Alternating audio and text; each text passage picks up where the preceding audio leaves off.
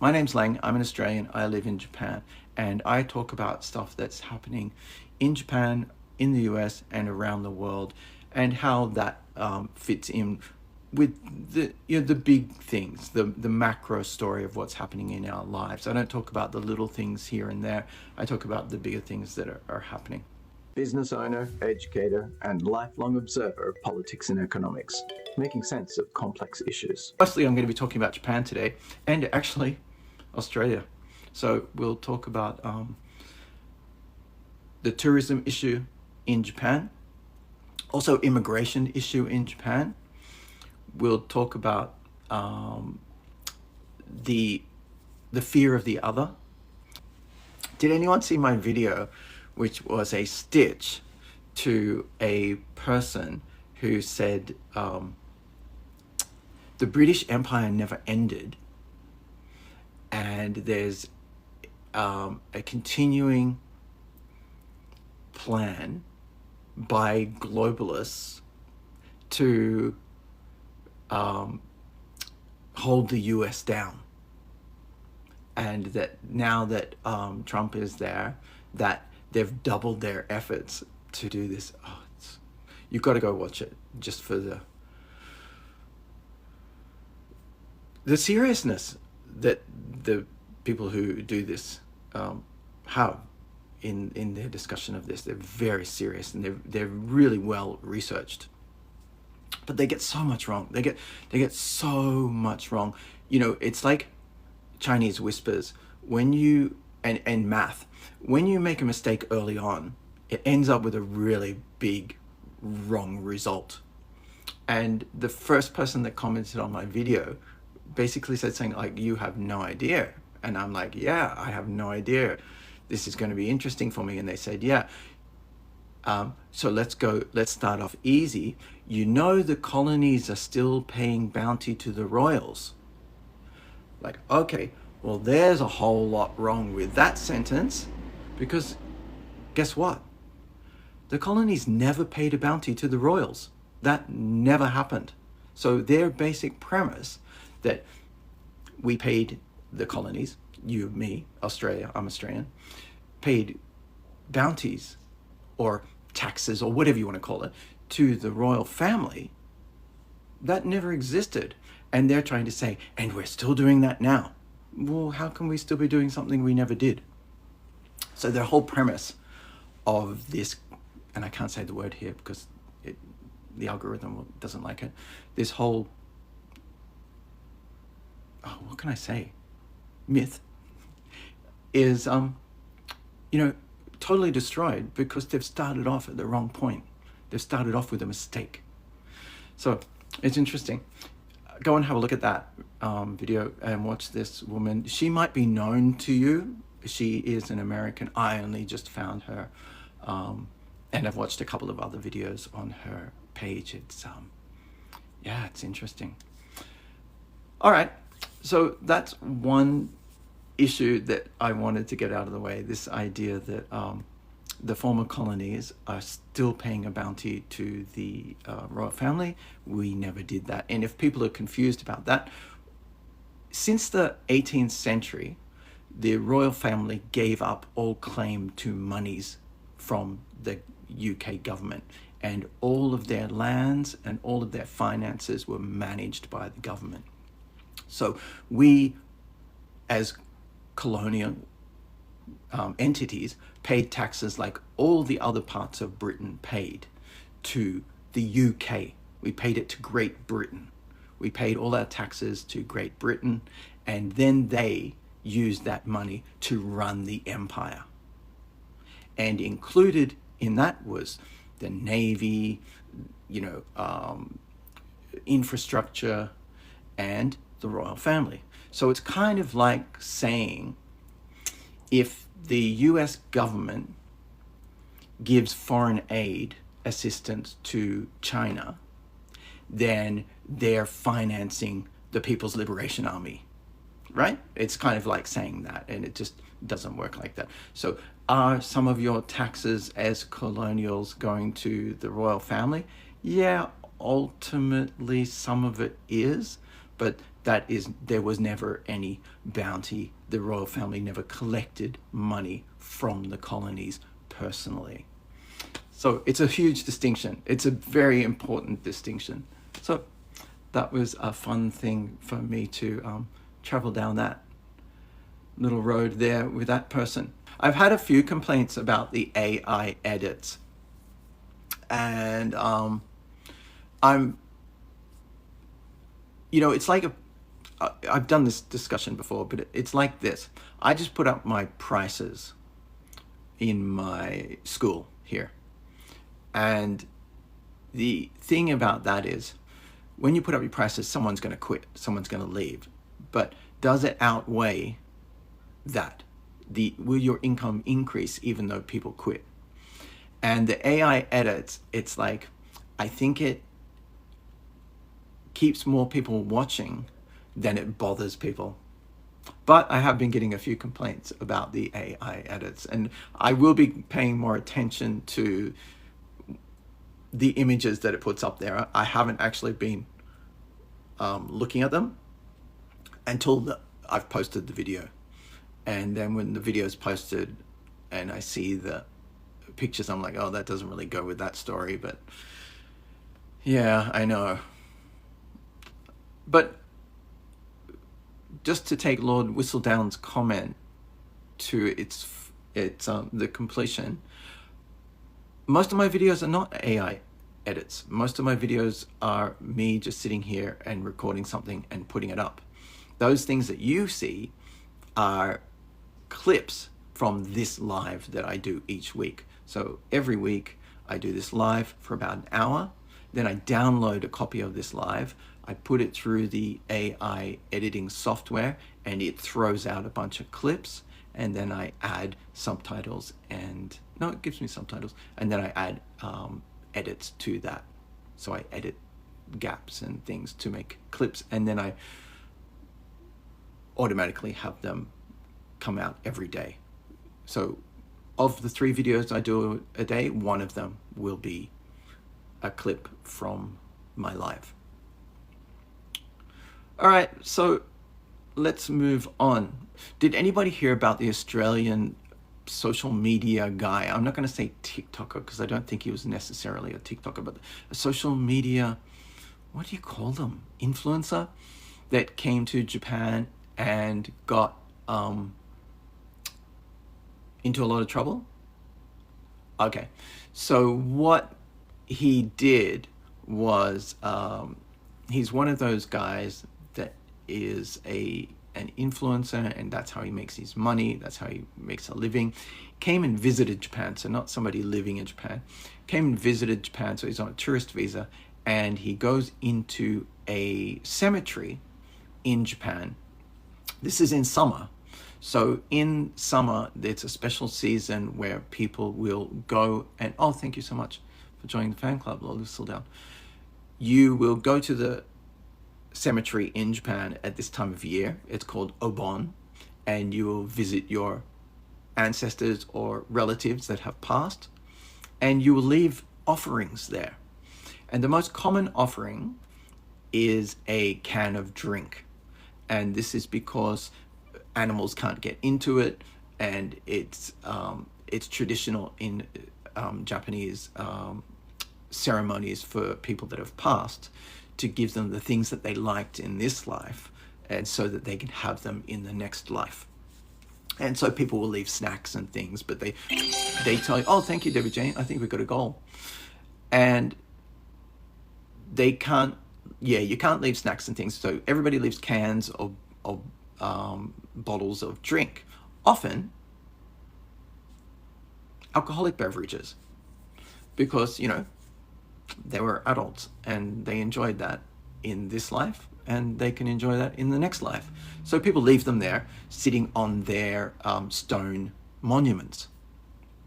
This guy goes into the cemetery and starts doing a live or a recording of a video and flipping coins to choose which drink he's going to have. And obviously you've figured this out already. That's a huge no-no. You don't do that. Eventually, somebody who looks after that temple or that graveyard will come along and clean up all that stuff. It will not be consumed. And so this guy going in there and doing that is the height of rudeness.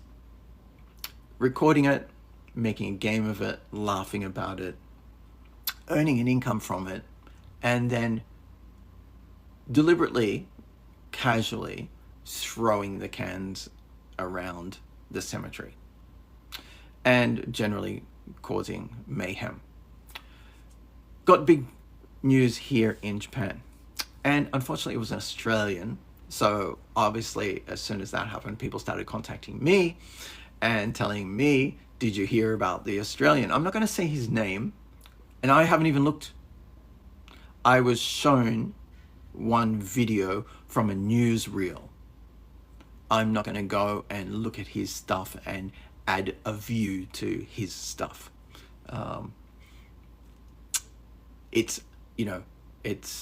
I know about it. I'm going to keep my postmodern experience with him, that I know of him, I know about him, but I don't know what he does. And so this is part of this anti-tourist sentiment that is increasing in Japan. You've heard me talk about this before. And the reason it's increasing is not generally because of things like that. It's generally because of the number of tourists that are coming here and doing things that Japanese people don't do. Things that we do that we don't think are anything. So I'll give you an example, a very personal anecdotal experience.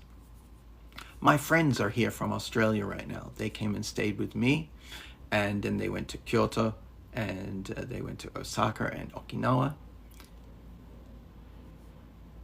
A helicopter.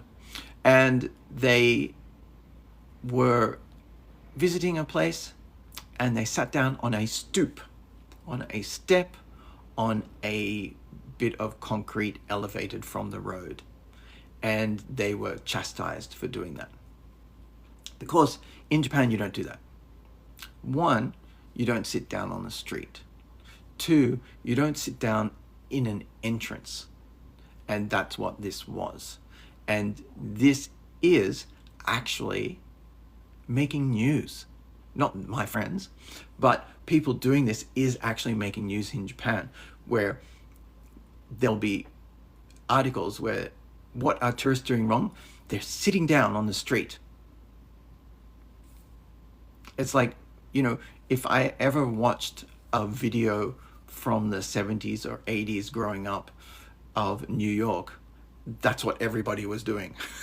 Every single person was sitting out on the stairs, in an entranceway, or on the street somewhere, either playing music or dancing or hanging out. Nothing wrong with that. But in Japan, you don't do that.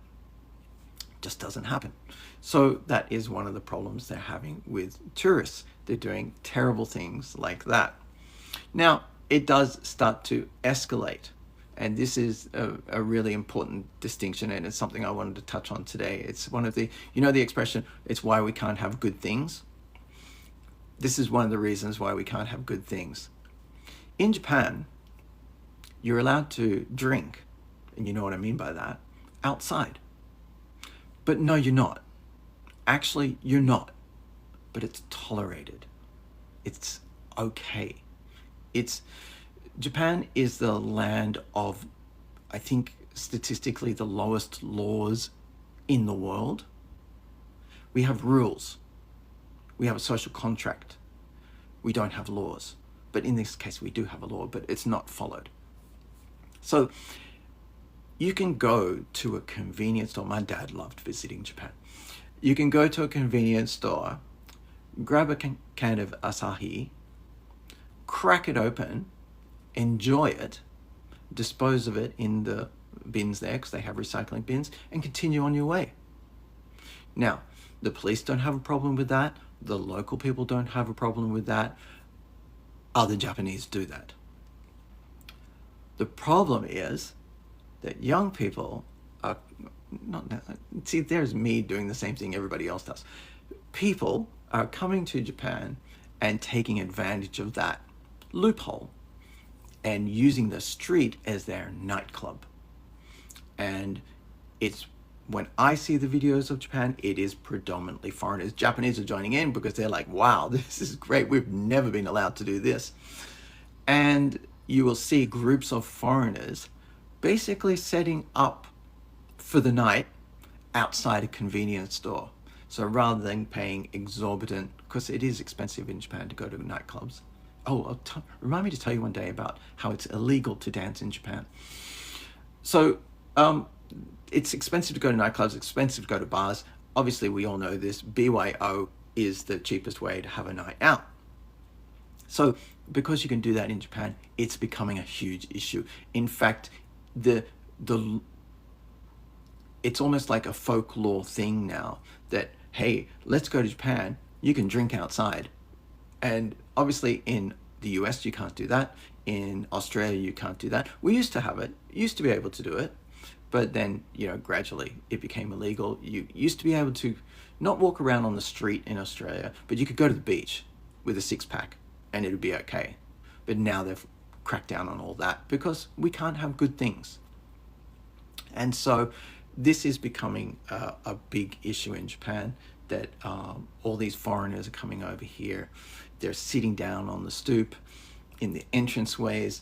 They're drinking outside the convenience stores, and they're generally misbehaving. They're talking on the trains.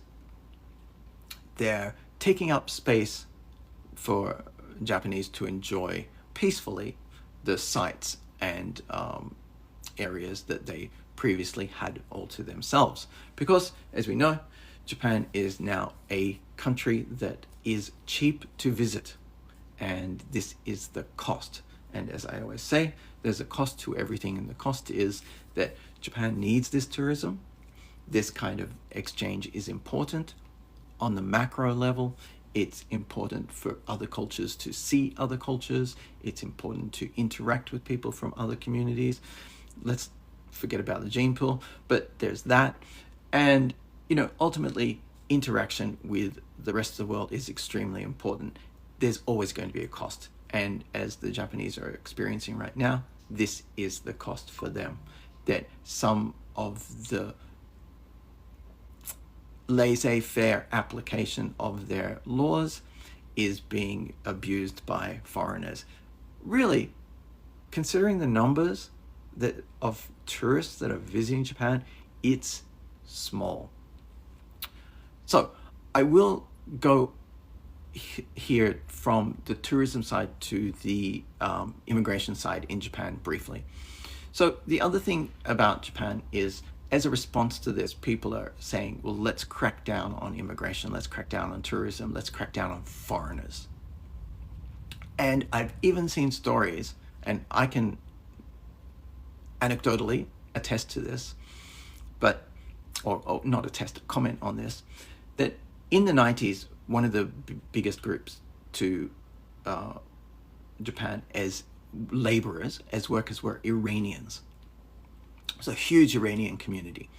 And people complained about it then.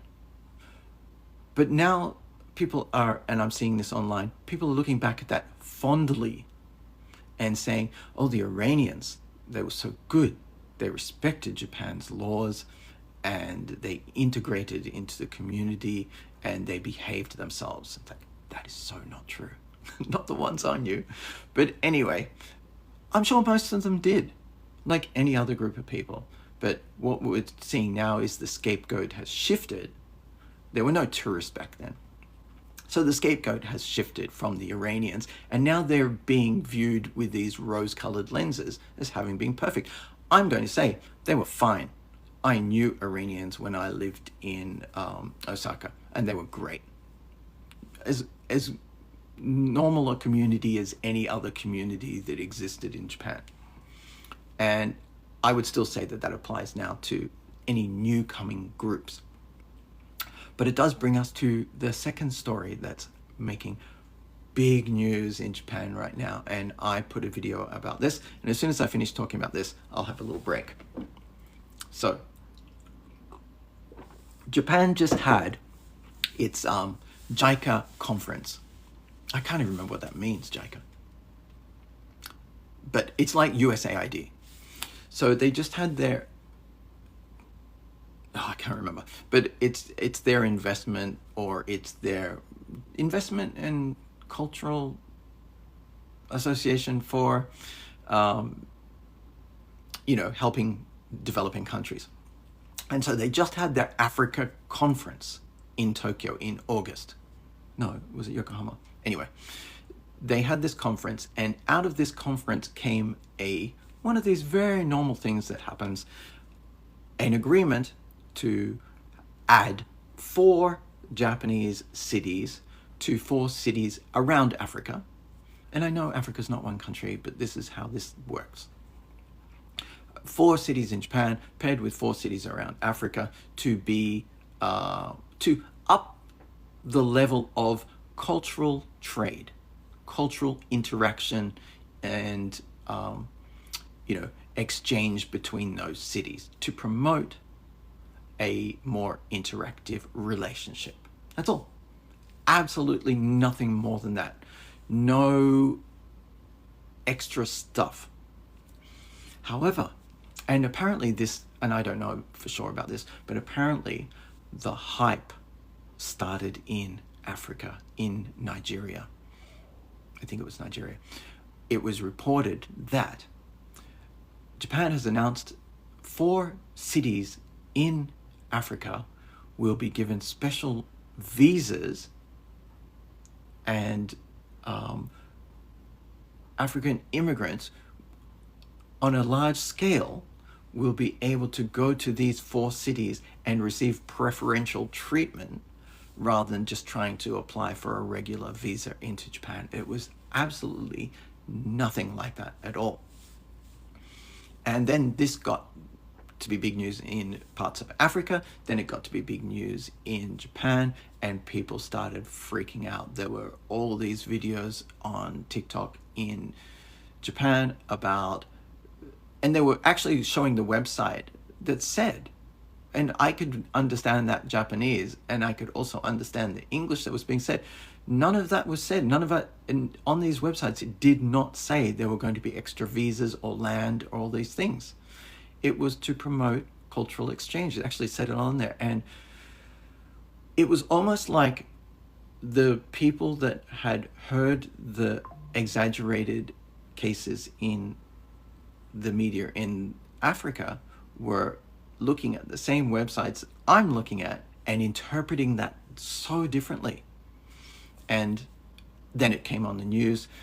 These 4 cities were inundated with phone calls from concerned residents that their cities were about to be overrun by large amounts of foreign immigrants.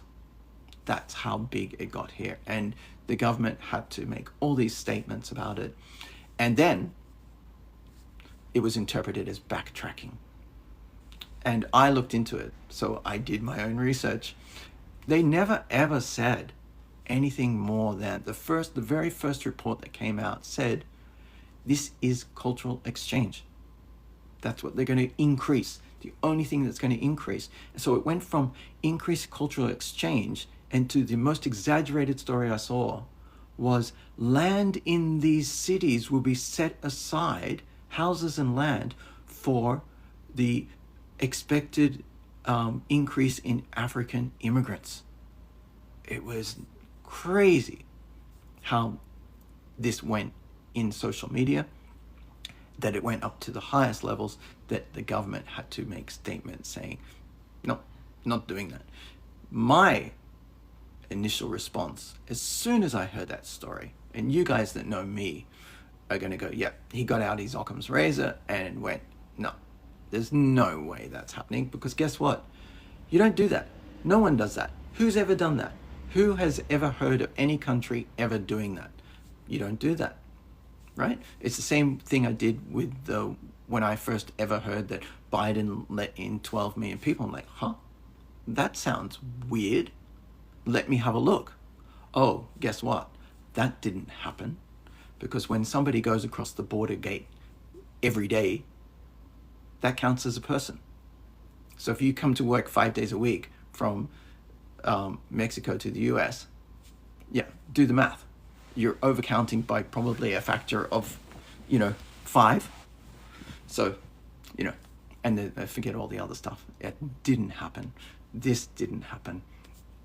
People, please, whenever you read something, don't distrust everything. That's just as bad.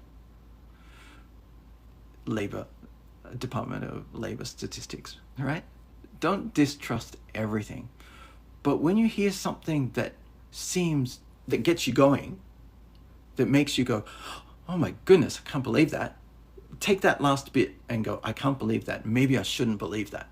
And have a quick look. I found out the whole Africa thing on a very quick Google search. It was very easy for me to find that was not happening. But, people don't do that. I go to in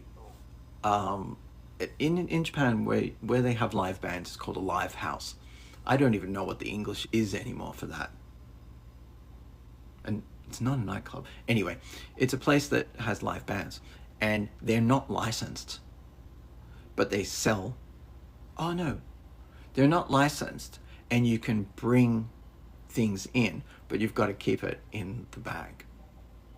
It's, it's silly, but it works. We can have good things if everybody just behaves themselves. Yeah, I mean, Susan, it sounds like I'm about to give you a dressing down, doesn't it? Susan, people do need to learn the customs, but one of the things I'm also famous for saying is that I'm actually thinking about the fact that I just said I'm famous for saying something. I'm not famous for saying anything, but I'm known to say is that we can't know everything, right? And it is nice to visit a country and learn a few words and to know the customs. But tell me honestly, if you're walking around Kyoto and it's a long walk and you see a little step and it's hot and you've just bought a drink and you want to sit down, you're going to do it and you're not going to think twice about it. I won't do it because I know, but you will because you don't know. That's too deep into the levels. There's so many people joke about it here that the lowest number of laws in the world, but the highest number of rules. There's a rule for everything. And famously, Japan, also, there's only ever one way to do something, and that's the Japanese way. And that one way is known to all Japanese instinctively. And the only advice I can say to you about that, Susie, is that if you're visiting a place and you don't see the locals doing what you're going to do, don't do it. That is the only, thank you. That's the only advice I can give there, because it's just too hard. You can't do it. Look at the Chinese tourists and the problems they've had because of the way that their infrastructure is in their country. I'm trying to put it politely. Because of the way most of China operates in the bathrooms, Chinese tourists get into a lot of trouble overseas, and a behavior that is absolutely essential and normal in a lot of China. And I know, the first time I went to China, it was like, wow, that's new and difficult for me to do. But, I did it as well, because if I did my behavior, then that would be the wrong thing and I would mess it up for everyone else. And so Chinese tourists here in Japan get into a lot of trouble for, doing what they think is the right thing, and it's the wrong thing. Thank you. Oh, wow. I got lots of roses there. Thank you. I'm getting more. And, it's just, it's not bad behavior, it's just the wrong behavior for the infrastructure. So I hope people understand what I'm talking about here. I can't be more specific. And that actually was when I was watching the news programs of the right-wing Salcedo party's speeches. That was actually one of the things they mentioned. One of the things they mentioned was the messy bathrooms. And that was directed at a certain group of tourists. And I actually, another anecdotal story. I took my friends to visit a castle, and as we walked out, there are all these trees there, and instinctively a child pulled a leaf off a tree. In Japan, you don't do that. And that was actually another thing that came up in these speeches, which are on buses with loudspeakers on intersections. This is how Japanese politicians get their message out. And tourists are coming here and they're sitting on the stoop and they're breaking branches and pulling leaves off trees and leaving the bathrooms all messy. And like these, and Japanese like, oh my God, I can't believe they're doing that. Because Japanese don't do that. Because there's a God in everything. There's a God in the leaf. There's a God in the tree. If everybody pulls a leaf off the tree, there won't be any leaves on the tree. That's the way the Japanese think. So, point being, it's impossible to know all the things you can't do in Japan because there are so many things. So where is the balance? Yeah. So the balance is that these are not the majority. This is not the majority of cases. It's a few highlighted cases. And if I may be so macro as to say,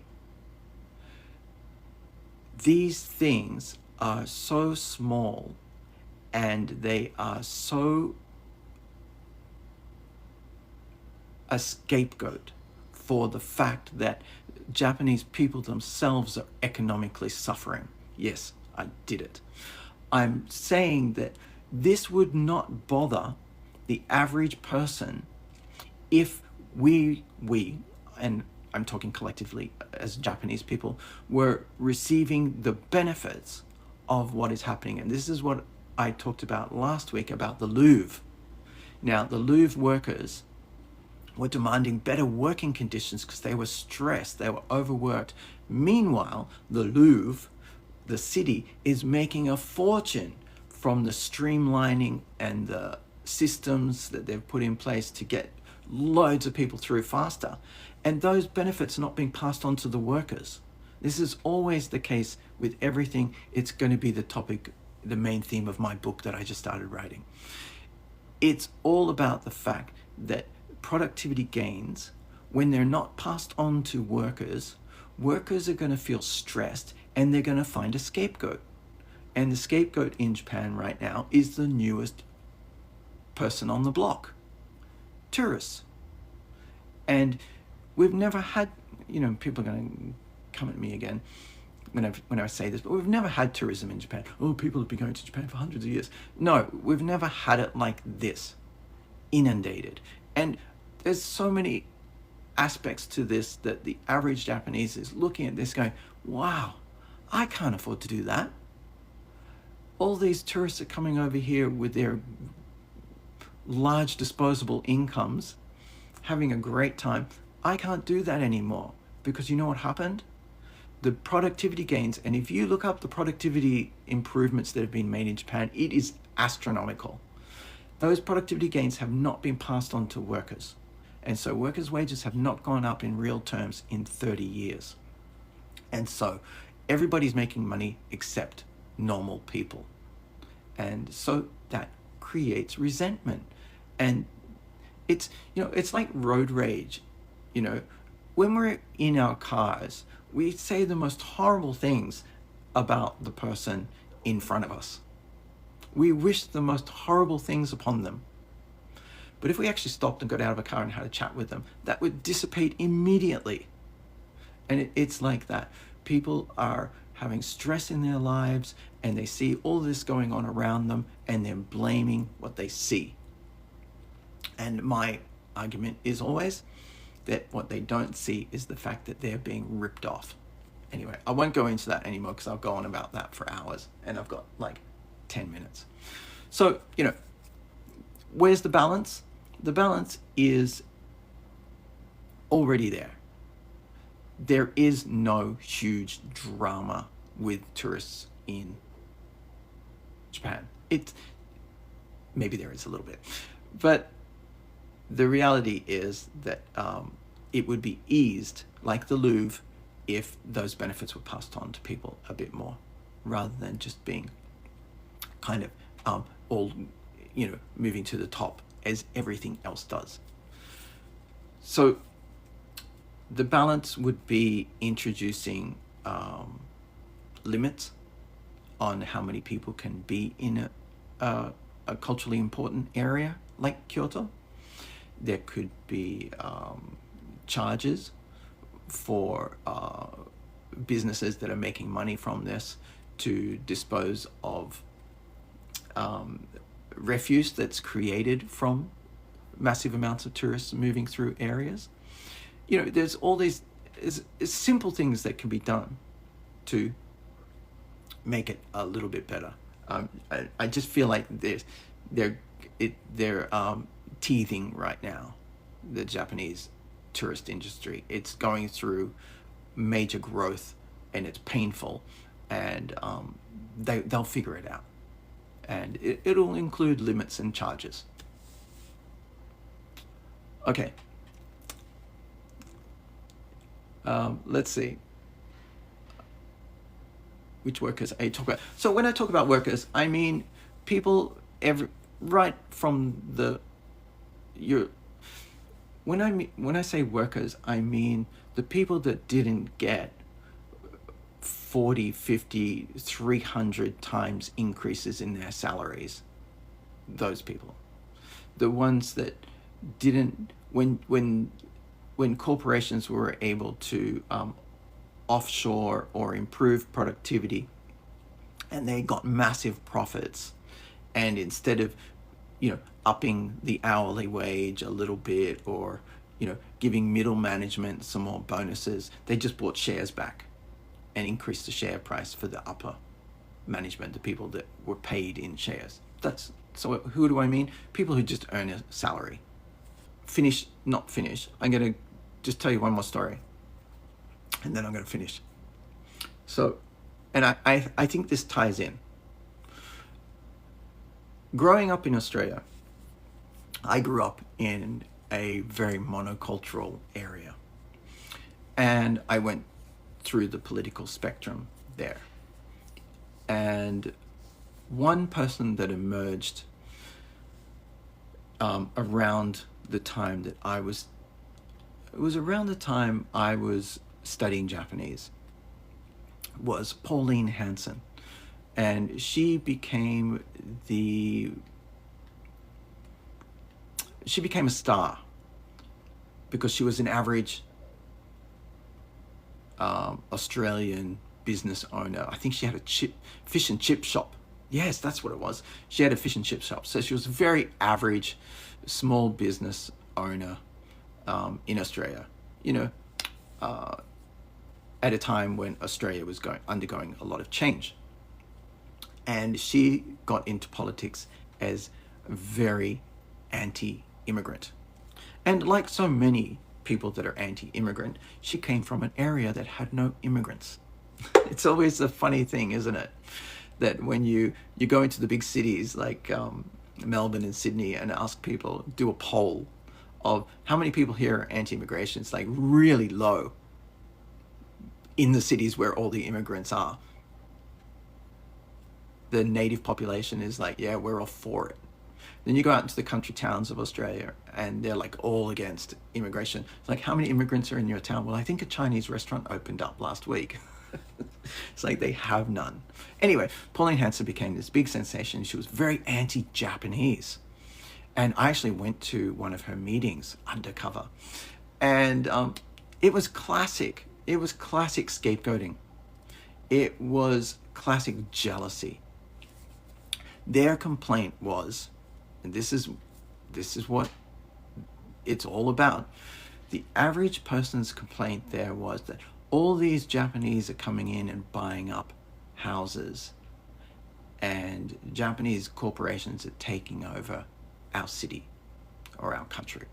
At the time it was the country, but in my city particularly, it was a very interesting story because the federal government changed the level of foreign ownership laws in hotels to allow the Japanese businesses to buy more hotels. So it was a big deal, and she became a sensation, and the people there were complaining that the Japanese were taking over and that it was the end of Australia, and we were going to become just a colony of Japan. They literally were totally scared of, and this is why I believe this word is important, mass. And they were using it back then, masses of people, mass immigration. So many people were coming in. It was hardly anything. And I'm going to fast forward to this person. She got out of politics for a little while and she's come back again. She's not anti-Asian anymore. She's actually stepped back from that. And actually, as far as I haven't confirmed this, but I did see something where somebody said that she said she now thinks that Asian immigrants have been really good for Australia and have contributed and integrated very well. Now, she's anti-African immigrants. And this is the classic story of Australian immigration, and it can be applied, I think, to many countries around the world. Because I'm old enough to remember when Australia was anti-Greek and anti-Italian immigration, and then they were anti-Vietnamese, and then they were who came after the Vietnamese? And just let's go through the regions of the world. And right now in Australia, it's an increase in African immigrants. And I know Africa's not one country. And so people complaining about that, as they always do. And they look back with their rose-colored lenses like the Japanese did with the Iranians and say, look at the Vietnamese. Aren't they so wonderful how they've integrated and established businesses and contributed to society? You weren't saying that back then. You were against it back then. Look at the Greeks and Italians. They've contributed so. You weren't saying that back then. Look at all these Africans coming into the country. Right, what? In 20 years, you're going to be saying, look how much they've contributed to society. So it all comes down to this, that there's always a tension between the domestic population and the immigrant population that is easily resolved, I believe, by making sure that benefits of that immigration, of that tourism, of that productivity gains are passed on to people so that they feel it rather than resent it. And that the unfortunate problem in your country, my country, and Japan is that politicians will always be there to cash in on it. And Pauline Hanson, who was in the end completely ridiculed and driven out of politics, is now back because she's got a new scapegoat. And she's riding that wave again, and she'll probably get into office again. Okay, so I'm going to end that there. I've got 6. If you're still here, honestly, you have no idea how much it helps if you subscribe. I'll keep these coming.